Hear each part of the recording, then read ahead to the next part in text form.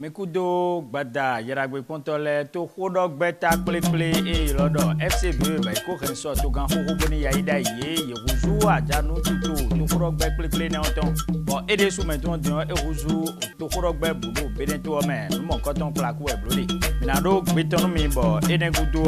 bientôt entondo avokan fun e ko le jesu jijiro leliten plaku to ko me sibigbe waye odun mo koton de tin do avokan fun liten sous des cotons na do ko na lo mo sin gbenu mi jobo merci gbate soto lisi meton lo yi medede do aso pe lisi meton titiru ton e yi tele o yi fon gudo sin o sun e waye me on joko ko itan e ko so mo di ya ko ta jeje mi si bo mi na fron ka itan mi san le tele yi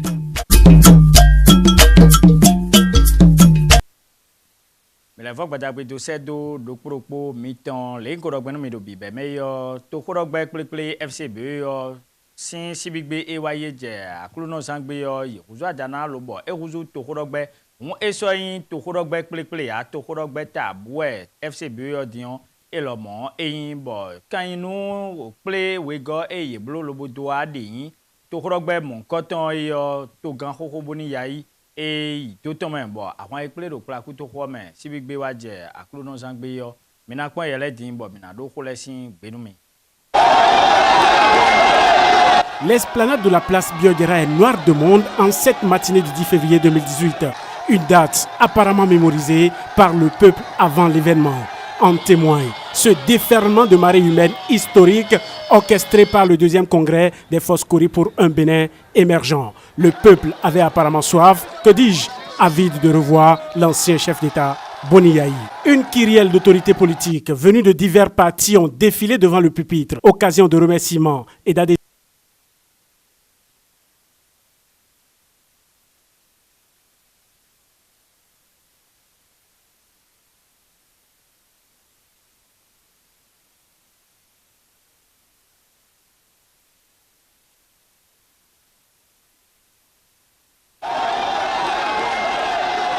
Sibigbe asan o gozo fin klosun pe afa fatron kwanton go ton gbe yo gbloglo ji bi o gera ton ero plaku edo àwọn ipele do FCB sin gbeta wi nu owo to bile kayan kwan so mo gbe ne gbe boton ewe yin ba na mo to gan koko boni yayi do nukun iton odoye mo edin asan ko je ewe kayan kwan nu si aye do FCB sin gbeta onu yi ple gengen we go ene yin FCB sin gbeta ton be blo yi to khodoto nukun de je ido ton me ewe abo to khodoto ene le sin akwan me on me ko no ka FCB sin gbe vile da ibo je fo kwede nu epo to me le do akona je ka FCB sin gbeta le po bi hui wedi me mo jen to khodoto pa e dadon wa mon koton le lo ma kan lo ten me ayine. Monsieur le Président, il y a 26 ans, vous étiez fidèle à l'appel de mon père. Il y a 10 ans, j'étais fidèle à votre appel. Et il faudra encore compter avec la famille Sogo. Pour le président, Boni Yayi, Miano tout, et Miano le cas. Demenwa madu isi fulo ikle gengen yene on sin domain lo bo ko ye etome on e wa ti medo mi bi o to vile kwede nu do ni le ko sin FCB sin gbeta ogudu aye mi ton kun ka mo ko nenu ole gbedion mi do mo jeme bo tun do le nu e mi wa ko nenu yo nu e bo mi wa intoleji do gbego nu e mi ko nenu lo bo ko do to ko do to de le gogo un va no do kun leji ye ni kenklen bo so ko e mi ton ke mi Pardonnez-nous, pardonnez-moi. Monsieur le Président Boni Yayi. do me bi o ko so ke mi ka de ta won we into gan koko Boni Yayi ne do ko ton wo e je ga bo tun lo to na inu kon dandan bo mi na de to vile sin ya po ken po me bo e maka tun ko ton bo se gbe ni ayo ken po ya po e gbenu to we de ko ton wo yo e mewe wa idon e do di bo gba e do ma kan kwina ta kin leji do to e ji e je hun do lo bo te hun gba ko do gudo ton do kan so so ko nu bo ajo do e le ya che gba kan won ton e do fini din wa so to odo e ekun inu bonu e si ku do jele ton o yi wa ken to ogbele we leji Saccagé, vilipendé par le régime de la République. Mede vo inu gbonu ko ne de menu amadu isi fudo e lo gbodole a che pipa iru fini din yo ete we PCB sin to korogbe ko do FSP sin to korogbe opo e bi odo ni ko to koroto e do to mele ikle bonu ason e jewe to de le na kle bolin ta me do sin kan na mona ewe yo ani wa che pipa ma lo be blo kle mon ko ton kaka je tin eji. Est-il plus intelligent que tous les Béninois réunis? Meraho sesi la jovio PLP gbeta sian fo ye so do tero play mon koton sin dome. E do to ko to le bi hu play lo bolin ta men do to ojolo do sin ho wi a che pipa e so do bolu buru ho idisi ami we yo. E kun so gbe o ene we mi le tun do le won win debu e na ba do toru sin hu ji sin ali nu mi na ba won win mon koton bo me ba dan ton benen to do ko blu ma ya me yo. De kun sana do teme do benen ikun gbandi o le me de vokuna go sin so bo dan blo to mi ton do nu mi o menji. Mi de so no we dan cité gbeto do poge do mbo dan glon ali nu me de ba dan ton to do ko blu ma ya me yi. Do PLP gbeta ka do gbe su so ba so yin ton be dan wa bo to vile na mo ko do sa fun yo e dan bo bi on debu mi le dan blo bo je hun do to oji. Quel que soit le prix à payer.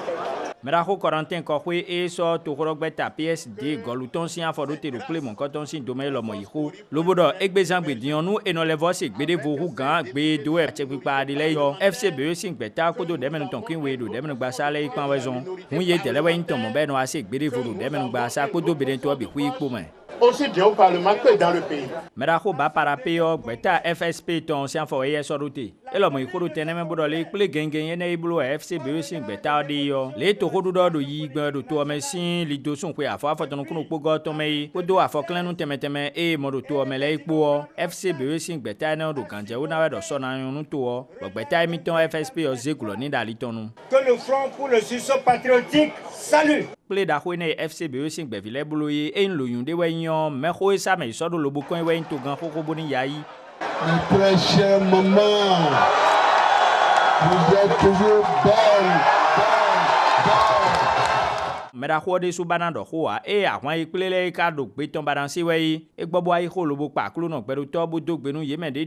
ni ta me bo ho de pele bo do pele mon ko ton blu wele bonu taji e u Meraho ka do ho do e do linli a che pipa to gan Patrice Talon ton do do e bo mi do sisi e tun do e na le vonu to ho do sin ali nu bo to ho do gbe na tin do bene to me ndo yin we na yin yo linli mon ko ton e an che pipa we do ni ton do e bona de ton abi de menu le we do ta me e bona de sen mon ko ton hun mi ze gulo no a che pipa. Si c'est un projet de loi, merci au gouvernement. Si c'est une proposition de loi qui est en gestation, je dis bien merci. Le liene da imenu mi le din me bitun do ikun ye gbe ni we o bo mi ba pe ton do to koro gbe de le ni jako ka ede lo bo do to koro gbe ta do poge bonu na sien don bo den to koro gbe da ko do to eno do to ko na do ganjira gon le jo le ndo na no gbe bo yo ene to koro gbe do to o me yo e do na do imbe na tumbo me de ponkun sana cité boy do to koro gbe de wa o le to koro gbe ta de kun do da yan pa de pe ton do to o me o to koro gbe de jo e do na imbe de to o be hu ton hu me na to koro gbe bo klan ko me ipo in podon do gberu po le jena no to koro gbe pour me on walo enele on we be do na sukun ton do leji éviter les partis tribalistes régionalistes le elin mon koton do ya che pipa ka de be do emi da jama ti o ni leji ngbo bo mi kun ko mo we ma ede ton gbe we jara li nenu we o menji e do mo lo cho avocat je kento ihen na pa. Mes félicitations, je n'ai pas encore vu le contenu mais déjà la vision à mon avis je la salue. Bokana na khle do lini mon koton lini dagbe weson bo to koro gbe kle e ni FCB yo to koro gbe ta de meda ile ma so poaji dion kle me gbe ta ne le be ku iton akuzu to koro gbe ta do po be FCB leji le me do ho ile nu e do temeteme bo bi odo le to koro gbe ta le be ku do na jinja yin lobo na lin ta me do nu kon yi to ton sin ho le we ko taji bo yin be kun si ho yin kan o meji le ho do nu ye mi de din e to gan ho nda mi do ho do meji do fifa na tin do to me wa ali nu e de le kede ne e kun ka do kwede be no so do ho fifa na o. La paix n'a pas de prix pour nous. Wiya manatin do to me bayina jai no to vile on we mbo me bi kwido na no ko kanton ene we me de go sin gbeta me da ibuka le ko ai mi bi odo ni ka lo we bo yi me mon koton le do play eti no play ba mi ton no so lele glesin le no do gben me ro ko so ho alo enu gbla eyin ka play bo so ogbe no iso hun gbeto play jen we yan ron no je ron ji parce qu'ensemble nous sommes plus forts disent les Anglais. Le e ka ze gbeta kple FCB oso dodo to khodo gbeta do poge na die gbeviton le kundo na no yedo na sekpo to khodo gbeta de vole bo kple me iton kan we na wa do tuto da khodi ai boy me bi kwi na do nde me boko to onu kon iton kan et de solidarité pour notre pays. Je n'ai pas regretté d'être venu et je ne manquerai pas de faire le point à mon cher ami le président Patrice Talon. Pour l'amour que nous devons avoir pour notre pays. Bodo mo jeme ne le po gbeta kle FCB yo huzu to khoro gbeta FCB sinsi bi gbe asan o go so fin plus on pe afafa ton kwanton go ton gbe bo tuto e ji to khoro gbe ne o kado na jinjon we ile do bi kuya i do kle da ko ne on sin do me ko chubo gbado.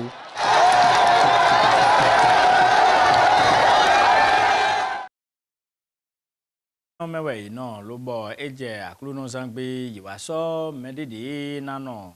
to khorogbeta FCB onwe bo merako Valentin Jenotin agosu eweyin meyin nu kontonu to khorogbeta mon koton bo to gan khoko boni yayo mekho agbonze e na yan saburu tanu gbe yo ewe merako Valentin agosu doli me miado kunai mi do gbebuna do medio akluno gbedo to mi apagbe na ho echobo to gan khoko boni yayo le no do jire do mi ugben yo minado eneo lomosin ogbeni leji le sin aklono sangbe asan we po go sofin asan we go sofin closun pe afowo afotonu kwanton go gbe yo mi huzu beta gan nu gbodin be do lo mi do po ge kunkasi ku su kolobonu gbe mi tan izo hun gbevi e no je hun do FCB oji lobuka ro kan mo koton ho esin pe odie yo ye weyin fun lobo mi leyin kheburu susu edo meleji hun kan edo propo itan khodo to khorogbeta mon koton me bo ken so to gan ho boni ya ibo mi lo mo we ma comment video e mi yan mi na patan lobo plon to khodu do boado to liwede me egbedin yo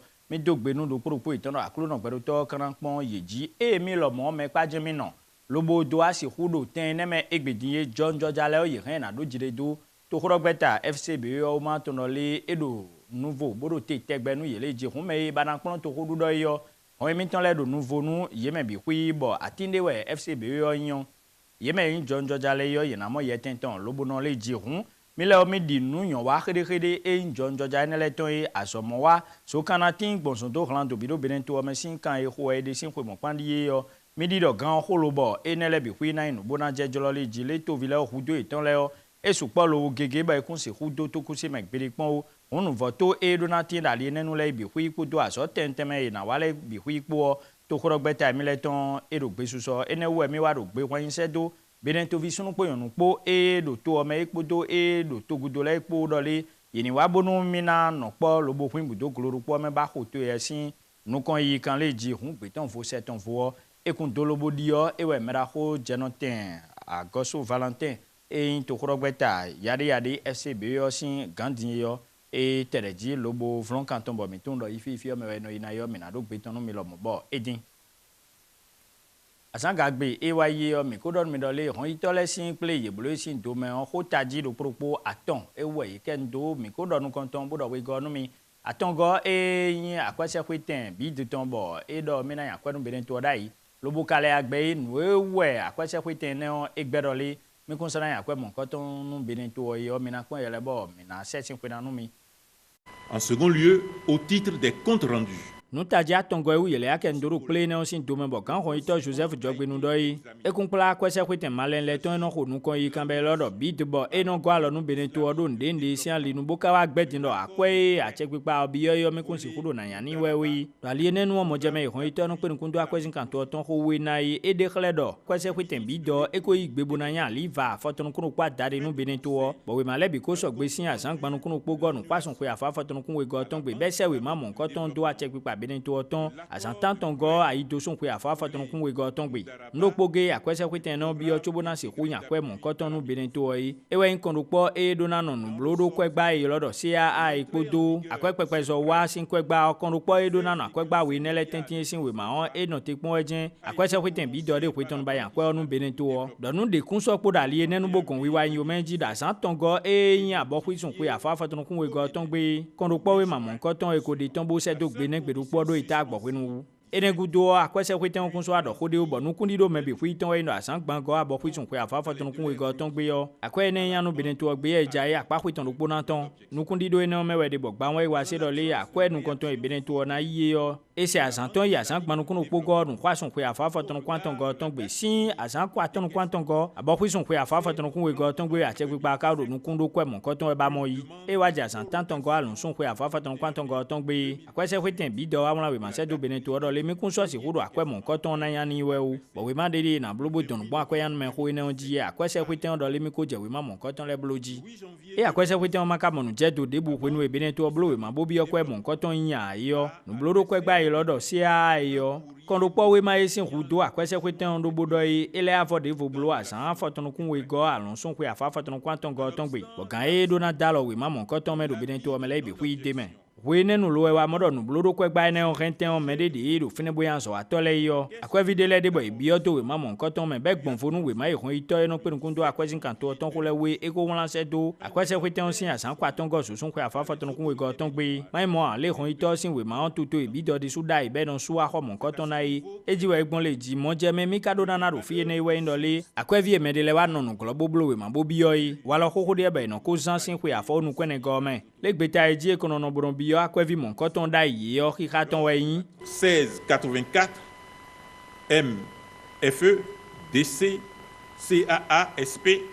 du 31 décembre 2004. Bon, et to ka pe ubo so akwa eyan e ma jesen me on e we kwa vi mon koton no ayin tontonto ba e de la o ton do le ton mi anu no glo lo ma do wu le nu gbo ba kwa ma sana yan no beneto e kun to mi ton kede we kan o meji a mo mi de le ton ajo yi ka izan e we zon ba kwa se wetin bi do agbero mi kun san yan kwa mon koton no to o le ji wan le nenu e hon ito kana mo jemele bi hui do yi pele me hon ito le ton wa bi o hon ito de hu ne on kan le do yi ni level blow akwa yan we ma on de bo se do akwa se wetin bi do bonu gbe ta san gbanu kunu pogo o sun kwa afo nu kwene go ton eni wa che nu gbe ta mon koton lo bonu me de ka zan wa lo gbegle ne eni de sinten me de kwa chobonu semba je khai et de relever de leurs fonctions les agents mis en cause, puis d'engager les procédures disciplinaires appropriées. Sibigbe ewaye avokan fun litin so deko mion jindo fine avokan fun e do moto meyo do propo enemo ewe jizo bo eyin bo o deboa ye men soja so titole ye pe ugbo chizo mon koton an lo bo eyin uvenu moto kuntole ta mbo ye na le ton desu Sibigbe eneon do avokan e jizo do tenemeyo eyin edalen kweton ewe deboa mera ko kadri salifu e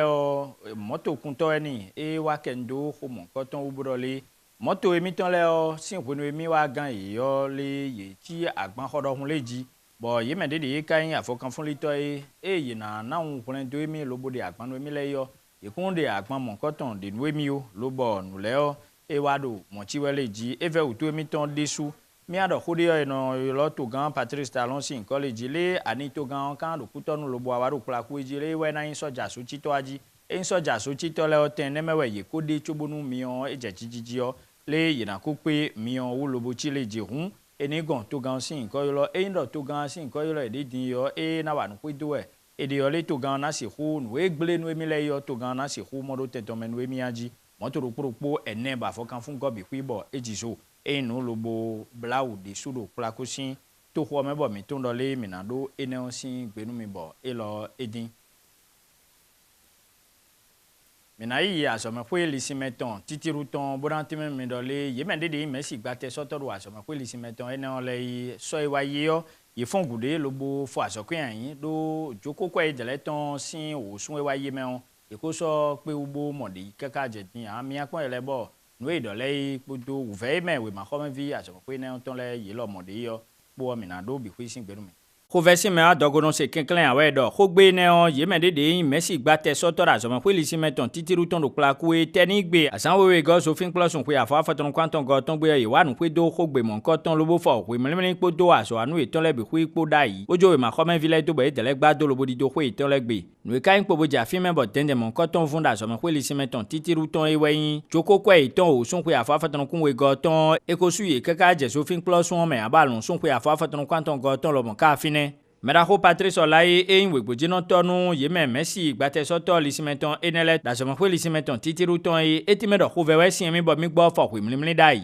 Nous avons déposé la crêpe parce que nous avons faim. Lojoko ko emi de sin o sun pe afa faton kun we go ton me kun so mo kweton de boyi o le asomo fo lisimeton de le o na ma o pe aho ene o lobo su me bi ya o medile ka o je yiji ne ka gbon bo mi le ma mo de buyi da somo fo lisimeton emi ton eji ko no mi ka de din sansi yon ponko jiwede me ko mon duwo bona ima mi kwa bo jejo so keke me bo wa so ka vile aji me ko se ku pe wo ko ve ka sin mi bo mi do do e din aso mi ko wa ibo sun ko jejo sin kwa bi o e mi de menji mi ko ko joko oba kweton edo na su emi e ma su emi aklo no zan pla me bi huyo mi na su hon le ba so de bu kon sana wi wa kaka je ko nu e se ko mi ton do e o. Toute la semaine nous allons fermer les salles si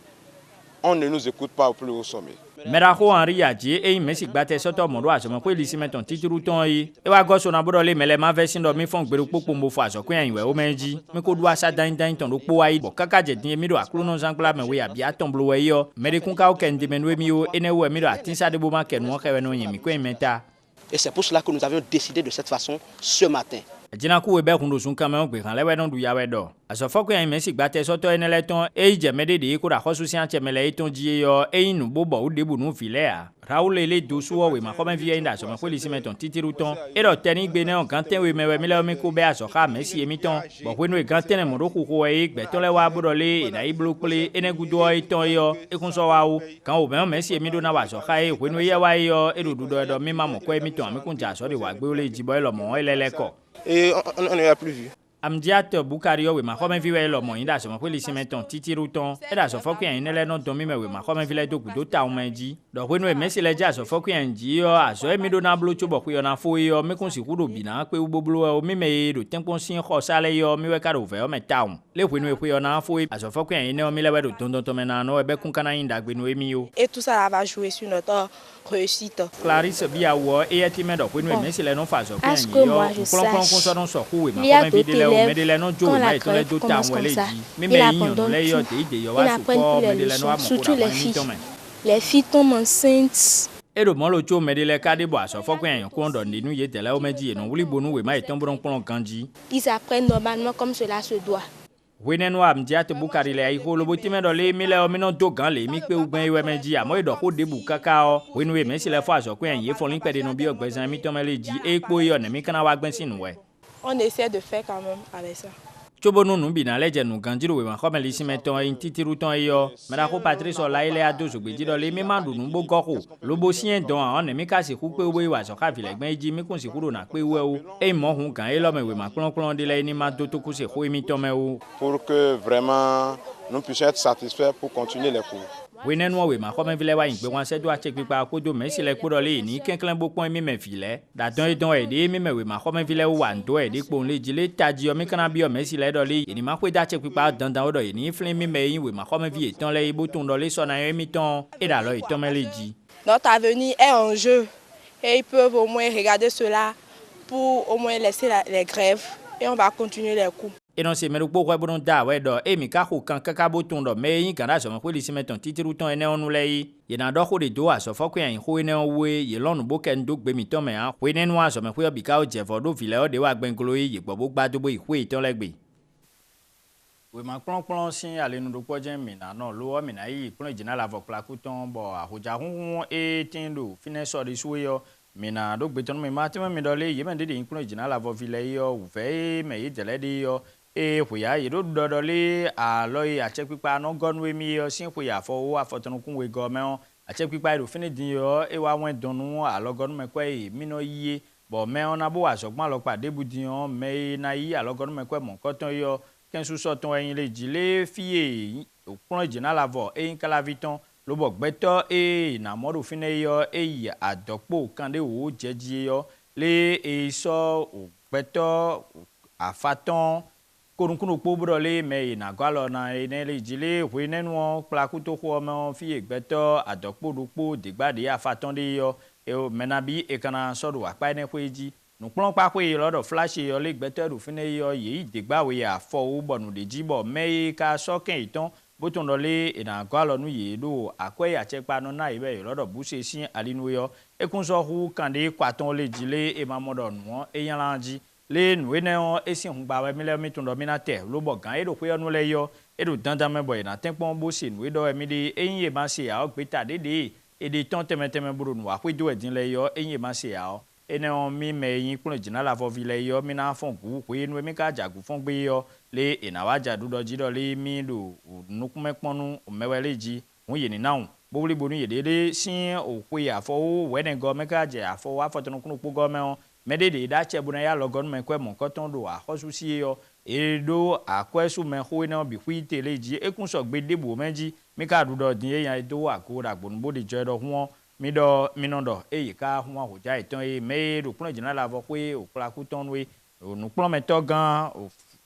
meda ho ganda ho e wa se ho do e fi ne le de bodo le e hungba etewe di e mainu julo menu si hungba ba do titewe ayo le meyin gamburu emilomon weyo mina doni bo okudo itan le yenamo okoton to safunleji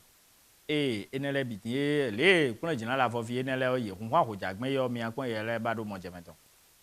Pousse et secours, pousse et secours, pousse et secours, pousse et secours, pousse et secours, pousse et secours, pousse et secours, pousse et secours.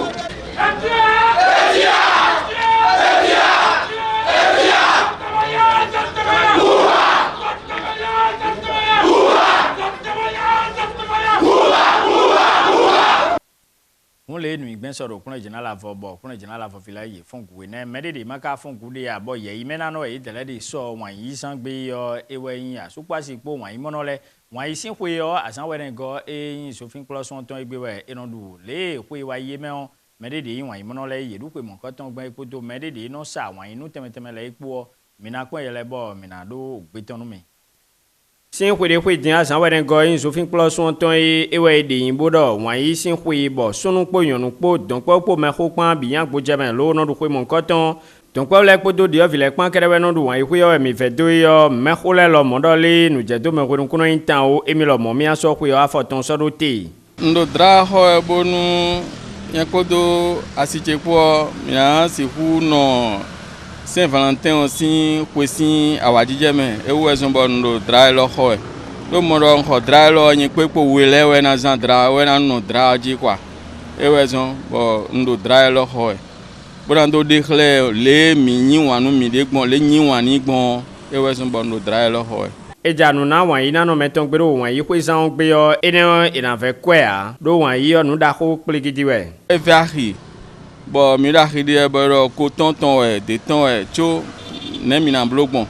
cho no gudo e no so han hode e te varie o mi na tenkon bo nu mi ko du kwe o wa yo epo mi na dogbon nembo walo eze do wan yi kwe na we don po di o fi pande kwe nu mi de din yo eyin walo dagbe ya gbejino nu me de yo ewe yin wan yi kwe dudu o me khole tere ji lo pon yi ni ese Saint Valentin sin kwe yo e no mo do jide awajije da hono bio aye tome bo yesono tun we wa we de o debuwa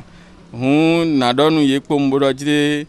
Saint Valentin sin kwe yo e ndo jide nde jiro me de po won e na do biblo ewe ndo nu wa menu ede me wan yi yo eno bado jire gbeto ni no gbeji wan yi yo gbeji no nu mede we wan yi mede anyi wan na aha no gbeji ni yeme kayin nu mon ko ton sa tole ne ka de ogbon ko yeme din yero wiwa do koroko mede le no wa no do ni khonu Valentine eton mede le no do ikundo Valentino do dio vile kusa sérieux sunu mede le o nyonu e ina do ke sunu le kusalo sérieux do bon même mi de pere cha nyon ko hokado cheboko blanc emballage ton do fine nu asuche nu Valentin che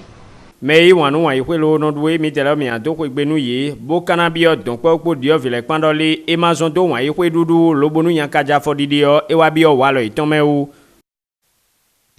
Kwezan defo e soton yo ewe indo Christian catholique a edo wekezo nere bi kwi me yo ye dele o ye na yi afindo nu konso bona bi onu blabla sin o wenu on mito ene olomosin ko gbese do ye lo mo konton ya dagbe konton le gbe ton e sana ho mo amede de inton mo mi le yi we sa dok lo tonu Sylvain Biaou Viviane sanu bo podo o make kakpo pan mi ando we ba jaja mi ton ena isan bonu e ya ho san gbe ja enu ko de nu je de photo fon